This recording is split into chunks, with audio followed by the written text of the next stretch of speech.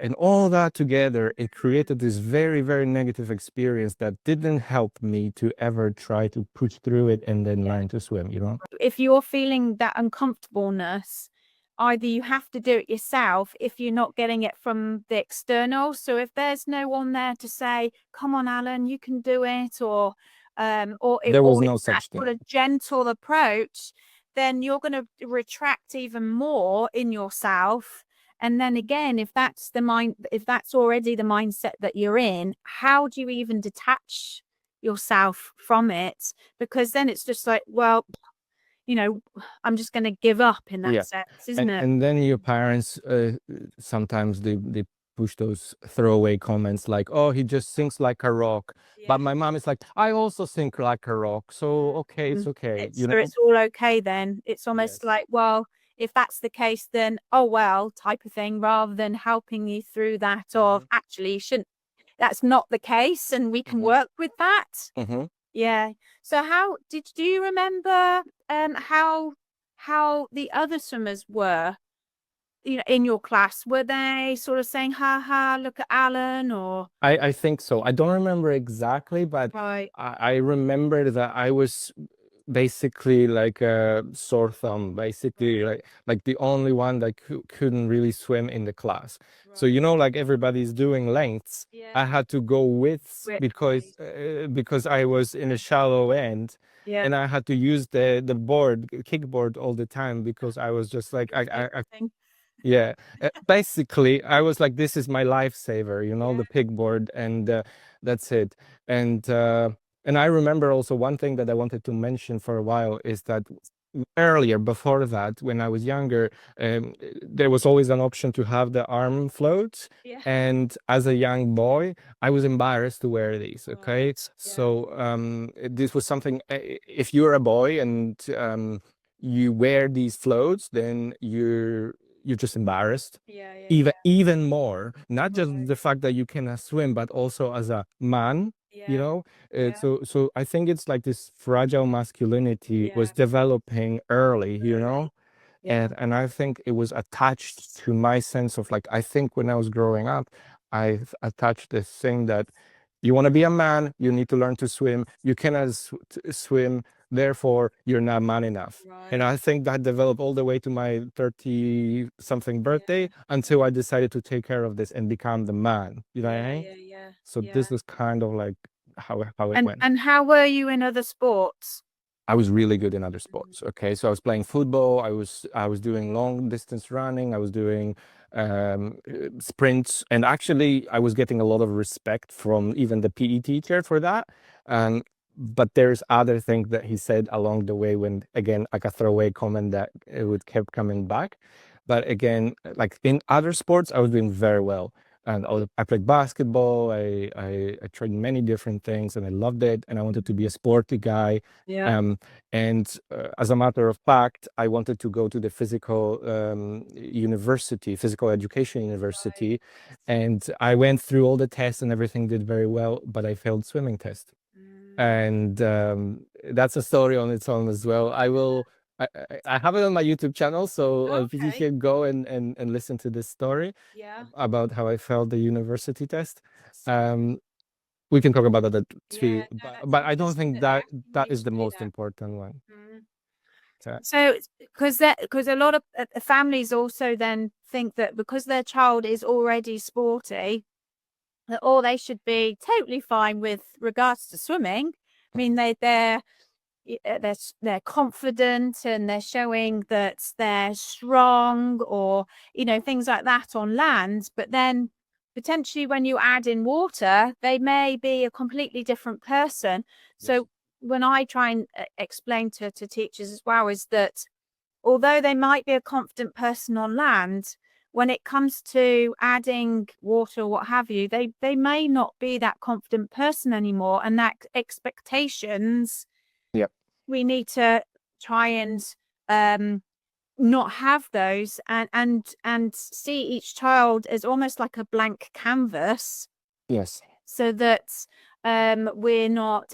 And what I love that you do as well is that you talk to your adults first before you even get in the water, don't you? Yes. And you actually spend quite a lot of time with them, don't you? Not saying that everybody needs to do that, but the reasoning why, I love to hear why you do that. The reason why I talk to people, because I want to understand what's driving them. For example, my newest client, he wasn't afraid of water. He just didn't have the chance to learn. That's it. But he was willing and he wanted. It was just no opportunity, and he didn't figure this out. And he haven't for 42 years. Yeah. He haven't done any of that. So Right. he wasn't afraid. So I knew what I can then ask him to do in the water, because I Yeah. knew that, okay, so we can try to go maybe at a faster pace, but maybe there's something else that he's struggling with, which there was. And so I wanted to know that. I also think they appreciate the fact that you ask about their story, because everybody's story is different. There's some people went through some very traumatic experience. Yeah. I'm also trying to find like a common thread, a common what you call denominator, Yeah. where we can understand each other. They'll trust me more, because if they asked me about something and I had the same experience, Yeah. we can then talk it through, and I can look them straight in the eye and say, I know where you are, I understand it.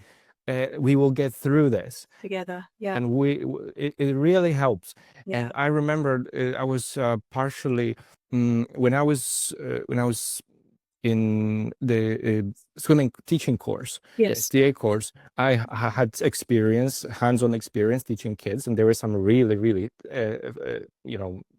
fearful ones. Right. And I had an ongoing conversation with the kid in the water, and because I think the kid also appreciated. I think they kind of know. They know. They, it's like you have this Indeed. understanding that you you they can trust you, but you can also ask them, how do you feel about this? Is it good? Is it bad? How I constantly asked, for example, I was just like, what do you think? Open-ended question. Like, what do you think? How do you find this? And like opening them up Yeah. rather than asking them like, is this good? Is this bad? Like Yeah. yes or no Yeah. questions. I Close. would be like, what do you think? And the kids were telling me, they were Oh, like, that's oh, great. I don't do this. I don't. And for example, some of them were very much overthinkers. And I'm Right. an overthinker too. So just like, okay, you're absolutely right. It says, yeah, you step outside of the platform, you're not gonna reach the bottom. That is, Right. there is, you're smart. Yeah. It's like you are smart. Absolutely. Yeah. Well done You. for Yeah. noticing that. Yeah. You're a smart person. Right? And it's like the conversations are important. I Yeah. think they are, because you can miss something if you don't ask them those questions. You can miss something that's crucial. Yeah. For example, when I went to that and I had a negative experience when I went to a Right. swimming class, I had something in my mind that I knew that I want to work on, and I wanted to try or get good at, particularly breathing. Okay, I Right. wanted to figure out the breathing in Yep. front crawl, but also others. Okay, yet the teacher didn't ask me about this once. She immediately proceeding to giving me drills with Yep. a kickboard and focused on my kick. Okay, I'm like, I don't need, like, she was telling me that one of my legs is kind of off to the side. Like I wasn't, like, when I was doing my breast stroke kick, it was kind of going Right. to this side and it was uneven. Right. Right. And that's what she was focusing on. And I'm like, I need to do something, like, this doesn't take me any closer to my goal, Yeah. but she didn't ask me about the goal. She just had an idea of what she's gonna do. Yeah. She should send me over. And if you are a student, you're not going to be questioning your teacher's methods. Okay, Yeah.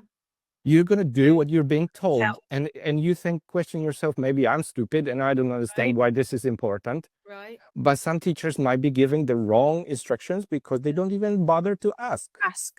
Yeah, absolutely. Well, yeah, and again, that's so interesting is that the lady, it was her own perception of how she wanted the lesson to go. Yes. So it was her, not what you're wanting to gain from it. Yes. So Yes. she didn't even think. So imagine what it's like for a child of Yeah. not, and even if they're not understanding what they're asking to do, and if that understanding's not there or the purpose, why am I doing this? Exactly. You think, well, I where think where do I go with that? that's a very good point you're making about the why. So I've noticed as a teacher, sometimes people tell teachers tell the student what to do, Yeah. but they don't tell the student why to do it.